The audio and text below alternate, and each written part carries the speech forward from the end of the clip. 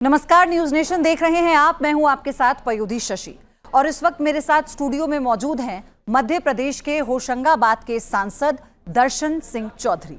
दर्शन सिंह जी, बहुत स्वागत है आपका न्यूज नेशन पर। बहुत बहुत धन्यवाद। आपसे सवाल तो बहुत सारे करने हैं, लेकिन शुरुआत में इससे करूंगी कि आपातकाल को संविधान हत्या दिवस के तौर पर इस बार बीजेपी ने मनाया। प्रधानमंत्री से लेकर अमित शाह से लेकर जेपी नड्डा से लेकर उन सब ने यही कहा कि इस तरह की हत्या कभी नहीं की गई और हमने उस तस्वीर को बदला है।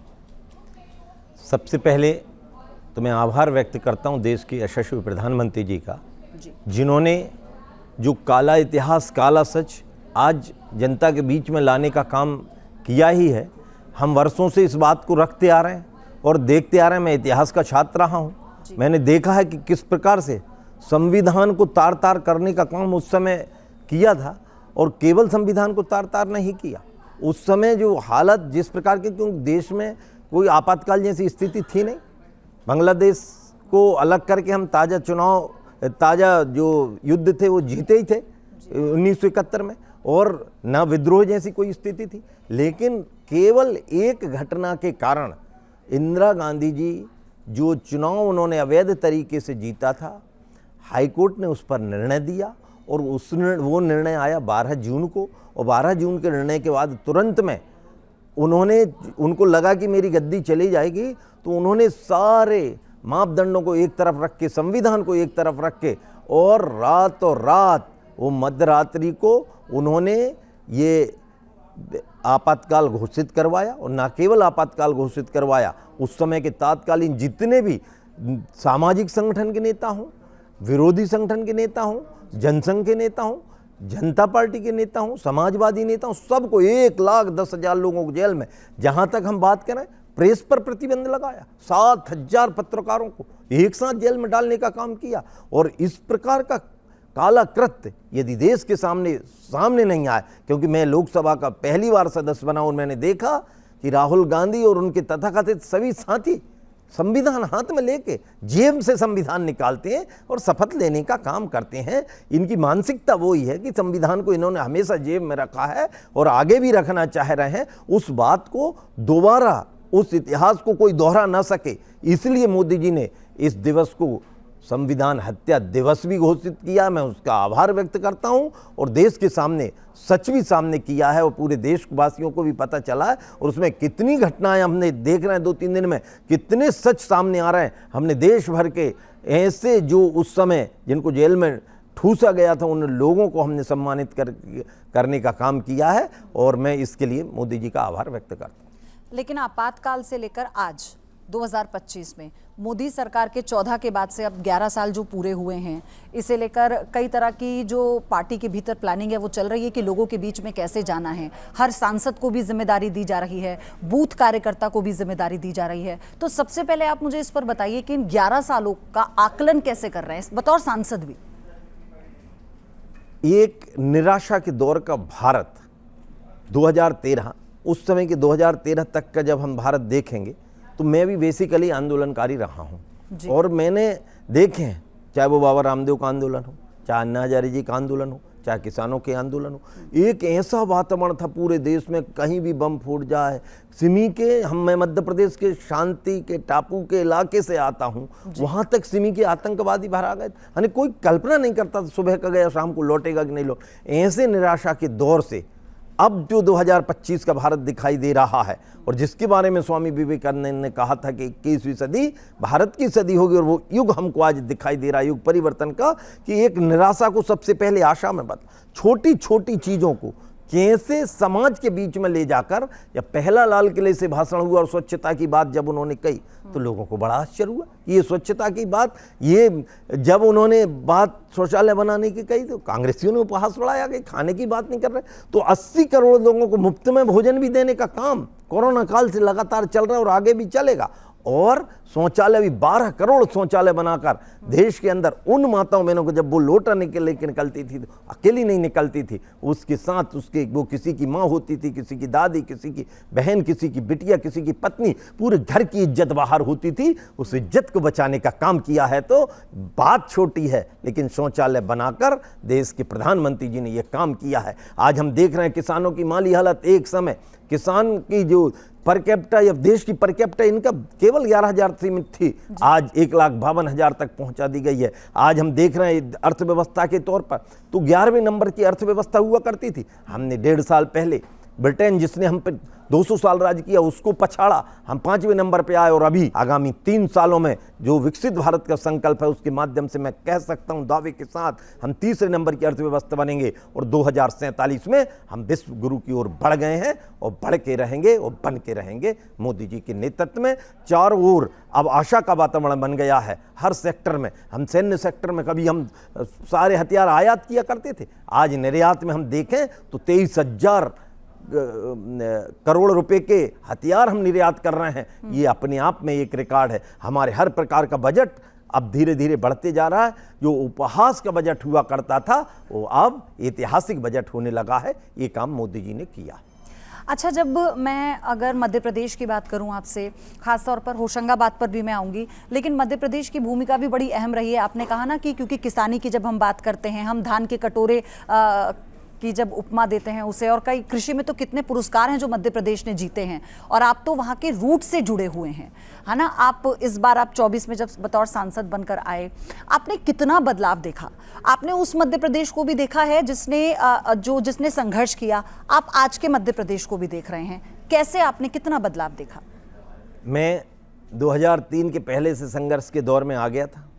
मैं शिक्षा के बाद मैंने सरकारी नौकरी भी करी, लेकिन उसी समय बिजली की बदतर हालत थी मध्य प्रदेश में। दिग्विजय सिंह के ज़माने में 2003 के पहले का मध्य प्रदेश, और इतना बदतर हालत वहाँ की हुआ करती थी कि सारी फसलें चौपट, रहने का नाम नहीं, किसान के बच्चे खेत छोड़ के जा रहे हैं, और एक असंतोष का वातावरण पूरे मध्य प्रदेश में था। लेकिन 2003 के बाद जैसे ही भारतीय जनता पार्टी की सरकार आई, और भारतीय जनता पार्टी में भी जब माननीय उमा भारती, बाबूलाल गौर, जब माननीय मुख्यमंत्री शिवराज सिंह जी बने, उन्होंने उस बीमारू में, मैंने आपने भी पढ़ा, आपके माध्यम से भी पता है कि पूरे देश में 4 बीमारू राज्य आते थे, उसमें से मध्य प्रदेश का नंबर था। और उस बीमारू राज्य को यदि विकसित किसी ने बनाया है तो माननीय शिवराज सिंह जी चौहान ने, और इस विकसित मध्य प्रदेश को स्वर्णिम तक ले जाएंगे तो डॉक्टर मोहन यादव ले जाएंगे। तो जो बिगड़ा मध्य प्रदेश था, उसकी हालत का जब हम वर्णन करते हैं कि 7.5 लाख हेक्टेयर उस समय सिंचाई का रकबा हुआ करता था,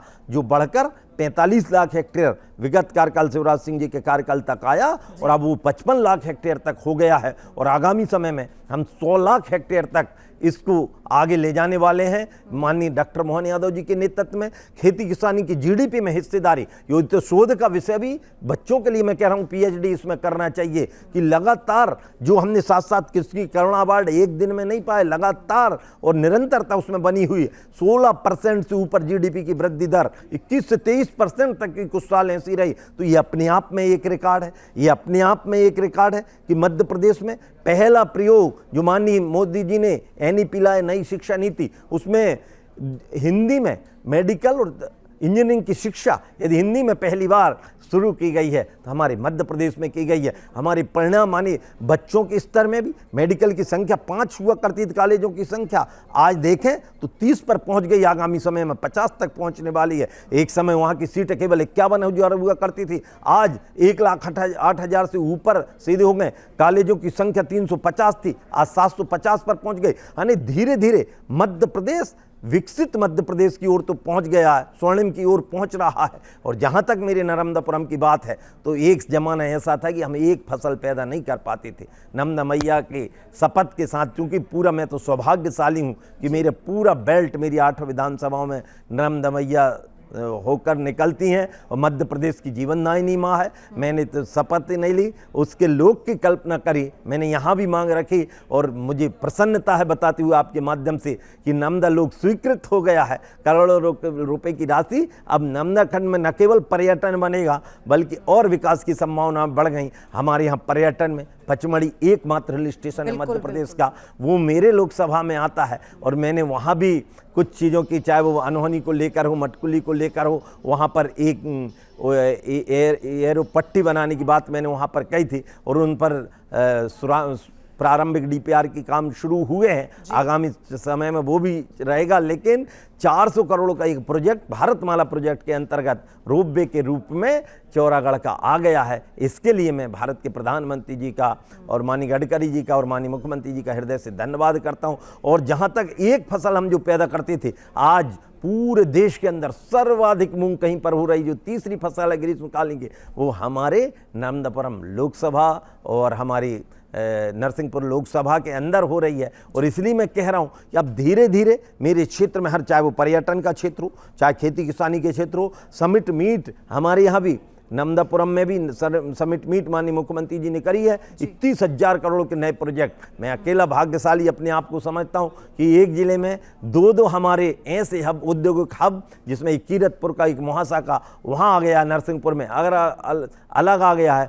ITI बनाने का काम हो, चाहे ये रोजगार मेले लगाने का काम हो, उद्यमी और कृषकों के साथ मिलकर मेले लगाने का काम भी हमारा, जो मध्य प्रदेश में 3 लगे उसमें से एक मेरी लोकसभा में लगकर, नरसिंहपुर में लगकर, उसका काम बढ़ रहा है। तो धीरे धीरे रेलवे लाइन की नई मांग मैंने लोकसभा के माध्यम से उठाई है। मैं धन्यवाद देता हूं रेल मंत्री जी का कि वहां भी रेल का बुधनी तक काम हो गया। आगामी समय में बढ़ती हुई गाडर 12 और एक और हमारी सागर से लेकर तेंदुखेड़ा होती हुई और छिंदवाड़ा तक जाएगी। तो विकास के काम निरंतरता उसमें गति दे रहे हैं। और जहां जहां जैसी डिमांड, और मैं तो धन्यवाद देता हूं पार्टी का, पहली बार का सांसद होने के बाद भी मुझे कई बार, लगभग 21 बार रिकॉर्ड के अनुसार मुझे बोलने का मौका मिल चुका है। लगभग मेरे 75 प्रश्न पटल पर आ चुके हैं। 318 प्रश्न टोटल मैंने अभी तक करे हैं 2 सत्रों के अंदर। तो ये बात भी जब मैं कहता हूं पहली बार के सांसद के, जनता का आशीर्वाद है, जिसने भरपूर आशीर्वाद जनता ने दिया है, और हम भी जनता के लिए समर्पित हैं और क्षेत्र के विकास में कोई कोर कसर नहीं छोड़े। जी, पर्यटन पर मेरा सवाल था, लेकिन आपने बताया कि आपका विजन क्या है। लेकिन होशंगाबाद को कहते हैं कि नर्मदा की गोद में बसा हुआ है, घाटों का शहर है, इसलिए नर्मदापुरम भी लोग इसे बोलते हैं। लेकिन आपने कहा कि पचमढ़ी एक वो जगह है वहाँ की जो कहते हैं पूरे मध्य प्रदेश की सबसे खूबसूरत जगह है वो। लेकिन आपको लगता है कि वहाँ का जो पर्यटन है, उसका जो प्रचार प्रसार है वो उस तरह से नहीं हुआ? इसको लेकर आपका क्या विजन है, क्योंकि ये एक बहुत बड़ा टूरिस्ट स्पॉट है वहाँ का? मैं आपके माध्यम से जनता को और सबको अवगत कराना चाहता हूँ कि धन्यवाद देता हूँ मध्य प्रदेश के यशस्वी मुख्यमंत्री जी कि अभी उन्होंने एक विशेष कैबिनेट पचमढ़ी में आयोजित की। अभी हमारा 3 दिन का प्रशिक्षण वर्ग, अभी 7 दिन पहले वहाँ पचमढ़ी में 3 दिन का प्रशिक्षण वर्ग, जिसमें हमारे गृह मंत्री माननीय अमित शाह जी, हमारे रक्षा मंत्री माननीय राजनाथ सिंह जी, सभी बड़े बड़े शीर्ष नेतृत्व भी वहाँ पर पहुँचा। और उससे बड़ा काम पचमढ़ी के विकास की दृष्टि से लगभग 350 हेक्टेयर की जो जमीन वो हमारी है, जिसको हमने राजस्व में लाने का, ये आज़ादी के बाद से कभी नहीं हुआ था, जिससे विकास में एक अवरोध बना था। तो उसके विकास की दृष्टि से ये बहुत महत्वपूर्ण कदम माननीय मुख्यमंत्री जी ने और जनता की मांग पर उठाया। मैं उनका हृदय से धन्यवाद करता हूँ। इसलिए हम वहाँ लगातार प्रयासरत हैं। चाहे वो अभी आम की, कल भी मैं एक बैठक में था, उसमें कहा आम और चीकू वहाँ विशेष होते हैं, उनके उसके हिसाब से और पर्यटन को और बढ़ावा मिल सके, वहाँ रोजगार की संभावना और बढ़ सकें, इस दृष्टि से भी वहाँ उसके प्रयास वहाँ पर निरंतर जारी हैं। और मैं दावे के साथ कहता हूँ पचमढ़ी न केवल सतपुड़ा की रानी है, पचमढ़ी ग्रीष्मकालीन राजधानी थी। पचमढ़ी के बारे में अनेकों किताबें लिखी गई हैं। पचमढ़ी महादेव की नगरी है, इसलिए अब मैंने उसकी भी मांग आगे रख दी है। बहुत मान्यता है वहाँ, कुछ ऐसे मंदिर हैं शिव के पचमढ़ी, भगवान शिव के, जिनके बारे में लोग शायद अभी जानते भी नहीं है। पांडवों की गुफा वहाँ पर, पांडवों की गुफा है। अटल जी भी गए थे वहाँ, राजीव गांधी भी गए थे। राजीव गांधी भी, डॉक्टर राजेंद्र प्रसाद के नाम से वहाँ पहला पेड़ भी लगा है, वहाँ गए थे। स्काउट एंड गाइड का कैंप है, सेना का पूरा कैंट वहाँ पर बसा हुआ, कैंट के अंतर्गत पूरी पचमढ़ी है। यानी पचमढ़ी अपने आप में एक हिल स्टेशन, मध्य प्रदेश का एकमात्र हिल स्टेशन है। और मैं तो जहाँ भी जाता हूँ और ये मैं महसूस करता हूँ कि भारत में अनेकों बहुत सुंदर शहर हैं, लेकिन मेरी पचमढ़ी सबसे सुंदर है और उसकी सुंदरता को हम दुनिया में प्रचलित करेंगे। लेकिन दर्शन जी, आपको नहीं लगता कि सुंदरता सुंदर दिखना तो सब चाहते हैं, व्यक्ति भी चाहता है, आप शहर भी चाहता है, क्षेत्र भी चाहता है, लेकिन एक जो होशंगाबाद की जब मैं बात करूं तो वहाँ पर एक समस्या ये है मिड डे मील की। शिक्षा के पर भी मैं आपसे सवाल लूंगी, लेकिन अभी भी ऐसे मामले सामने आते हैं जहां बच्चों को मिड डे मील नहीं दिया जाता। आप सोचिए कि वो बच्चे जिन अगर नींव ही ऐसी होगी, क्योंकि ऐसे कई मामले सामने आए, इसको लेकर आपका विजन क्या है? आप कैसे इसमें और बदलाव करेंगे, कैसे ये सुनिश्चित करेंगे? और ये केवल होशंगाबाद की बात नहीं है, पूरे मध्य प्रदेश में ये जो आंकड़ा है जहां मिड डे मील में खामियां पाई जा रही हैं, बच्चों को प्रॉपर सप्लाई नहीं होता, ये बहुत ज्यादा है। देखिए, मैं बेसिकली मैं शिक्षक भी रहा हूँ और मैंने वहीं पढ़ाया, हाई स्कूल में सरकारी शिक्षक भी था। मैंने शिक्षा के क्षेत्र में बड़े काम, और हम अब तो सौभाग्य से शिक्षा मंत्री भी, जो पूर्व लोकसभा सदस्य थे मेरे पहले, वर्तमान में हमारे गाडरवारा के वो विधायक भी हैं, वो मंत्री भी हैं, और माननीय मुख्यमंत्री जी का भी विजन स्पष्ट है। और इस बार के मध्य प्रदेश के 10वीं 12वीं के जो परिणाम सामने आए हैं वो भी ऐतिहासिक हैं, सबसे अच्छे परिणाम आए हैं। और आगे हम देखते हैं तो जहां तक छोटे बच्चों की बात है तो मैं फिर माननीय मोदी जी का धन्यवाद देता हूं। NEP 2020 में आई है, उसका पालन सभी राज्यों में ठीक हो रहा होगा, मैं ऐसा मानता हूं, लेकिन मैं शिक्षा समिति का सदस्य भी हूं देश की, तो मैं देख रहा हूं कि हमारे मध्य प्रदेश में उसका बेहतर तरीके से, और हमारे जिले में भी नीचे तक, चाहे वो आंगनवाड़ी की व्यवस्था हो, चाहे मिड डे जो हमारी अन्य माध्यमिक और नीचे तक की शिक्षा की बात हो, उन सब शिक्षा में बच्चे की गुणवत्ता पर बहुत विशेष जोर दिया जा रहा है, और जिसको लेकर अब हमको परिणाम दिखाई देने लगे हैं। और आपके माध्यम से कहीं से भी कोई भी खबर हमको यदि कहीं लगती है तो हम उस पर त्वरित कार्रवाई भी करते हैं। मैं स्वयं दौरे करने वाला, हमारा हर जनप्रतिनिधि दौरे करने वाला है, हम निरीक्षण स्वयं जाके करते हैं, और कहीं भी हम शिक्षा के साथ, क्योंकि शिक्षा देश का भी मूल आधार है और किसी भी विकास के लिए शिक्षा पहली शर्त होती है, और इसलिए हम उस पर कोई कोताही नहीं बरतेंगे और हमारी शिक्षा सर्वश्रेष्ठ शिक्षा होगी, ये हम दावा करते हैं। अच्छा, अभी आपने ये बताया कि एक शिक्षक के तौर पर भी आपका अनुभव बहुत ज़्यादा है, तो ये मेरा मतलब आउट ऑफ द कोर्स एक सवाल था आपसे कि आपको क्या लगता है कि जो शिक्षा नीति बनी हुई है, मैं सिर्फ मध्य प्रदेश की बात कर रही हूँ क्योंकि इस पे बाबूलाल गौर से लेकर शिवराज सिंह चौहान, चाहे नरोत्तम मिश्रा भी रहे हों, उन्होंने भी कई बदलाव की इसमें बात कही थी अपने समय में, लेकिन क्या आपको आपके जहन में कोई अलग से विजन है ऐसा कि शिक्षा में कुछ बदलाव होने चाहिए? क्योंकि पिछले 10 सालों में मध्य प्रदेश में पाठ्यक्रमों में कई तरह के बदलाव हुए, कई चैप्टर्स बदले गए हैं वहां पे।